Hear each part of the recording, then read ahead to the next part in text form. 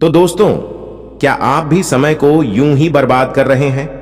अपने सपनों को पूरा करने के लिए अब से समय का सही उपयोग करें, क्योंकि समय सही से इस्तेमाल किया जाए तो जीवन की सफलता सुनिश्चित होती है। एक छोटे से गांव में एक लड़का रहता था।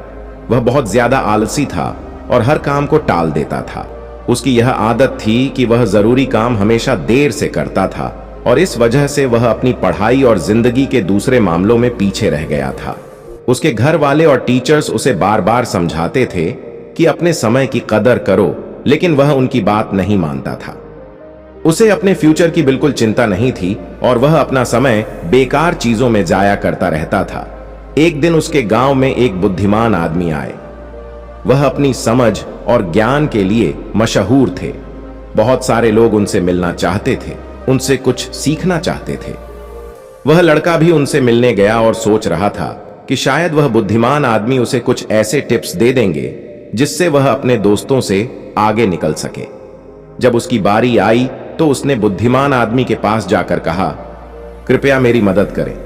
मैं अपनी जिंदगी में हार गया हूं। मैं अपने दोस्तों और क्लासमेट से हर फील्ड में पीछे हूं। मैं सबसे आगे निकलना चाहता हूं और सबसे अच्छा बनना चाहता हूं। कृपया मुझे बताएं, मैं कैसे यह कर सकता हूं? तब बुद्धिमान आदमी ने उस लड़के को बड़े प्यार भरी नजर से देखा और बोले, मेरे बच्चे, तुम इसलिए तकलीफ में हो क्योंकि तुम अपने समय की कदर नहीं करते हो। तुम हमेशा काम लेट रहते हो और अपने अनमोल पल बेकार चीजों में जाया कर देते हो। चलो, मैं तुम्हें एक अच्छी कहानी सुनाता हूं जिससे तुम समय की कदर समझ पाओगे। तब लड़का बातें ध्यान से सुनने लगा। तब बुद्धिमान आदमी ने कहानी शुरू की। एक राजा था जो बहुत दयालु और उदार था। उसे अपनी प्रजा से बहुत प्यार था और वह हमेशा उनकी मदद करता था। एक दिन उसने अपने साथ गुरुकुल में पढ़ता था। वह दोस्त बहुत आलसी और गरीब था। उसके पास ना नौकरी थी, ना पैसा, ना ही इज्जत। वह हमेशा अपनी किस्मत को कोसता रहता था और अपनी परेशानियों के लिए दूसरों को जिम्मेदार ठहराता था। एक दिन राजा ने अपने दोस्त से उसकी जिंदगी और परेशानियों के बारे में पूछा। दोस्त ने उदासी से कहा, हे राजा, मुझे समझ नहीं आता है कि क्यों सब कहते हैं कि मैं कुछ नहीं कर सकता। जब भी मैं नौकरी के लिए जाता हूं, सब मना कर देते हैं। मेरे दुश्मनों ने सबको बता दिया है कि मैं कभी भी काम टाइम पर नहीं करता हूं। मैं समझ नहीं पा रहा हूं कि क्या करूं। तब राजा ने कहा, चलो एक समझौता करते हैं। सूर्य अस्त होने से पहले तुम मेरे खजाने में जितना सोना और रत्न ले सकते हो वह सब तुम्हारा होगा। तब दोस्त बहुत खुश हो गया और राजा का शुक्रिया अदा किया। वह तेजी से अपने घर गया और अपनी पत्नी को सब कुछ बता दिया। तब पत्नी भी बहुत खुश हुई और बोली, जाओ और सोना रत्न ले आओ, अब समय तुम्हारे पक्ष में है।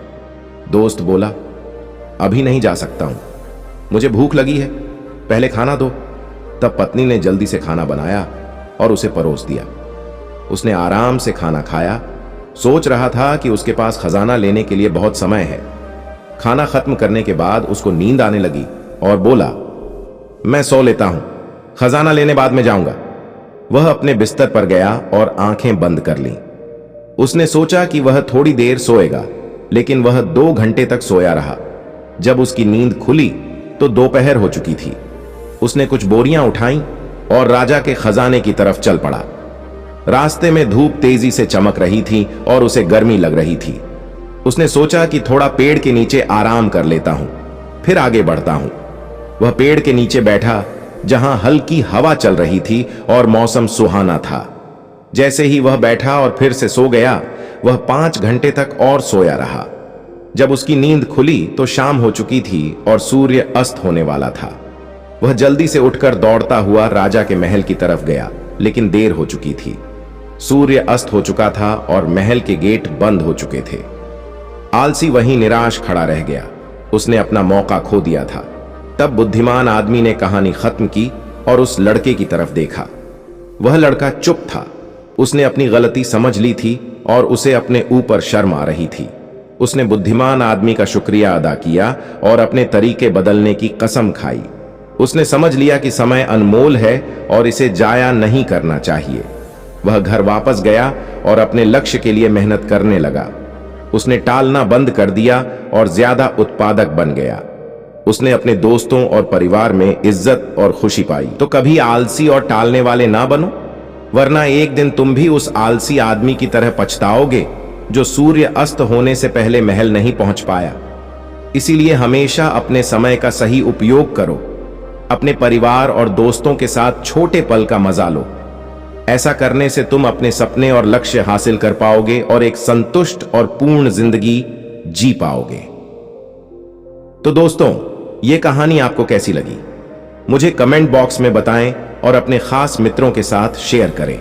और साथ ही साथ हमारे चैनल को सब्सक्राइब बटन दबाकर बेल आइकन को ऑल पर सेलेक्ट जरूर करें ताकि मेरा वीडियो सबसे पहले आपके पास पहुंचे। इसी के साथ तब तक आप अपना ख्याल रखें। धन्यवाद। नमो बुद्धाय। जय हिंद, जय भारत।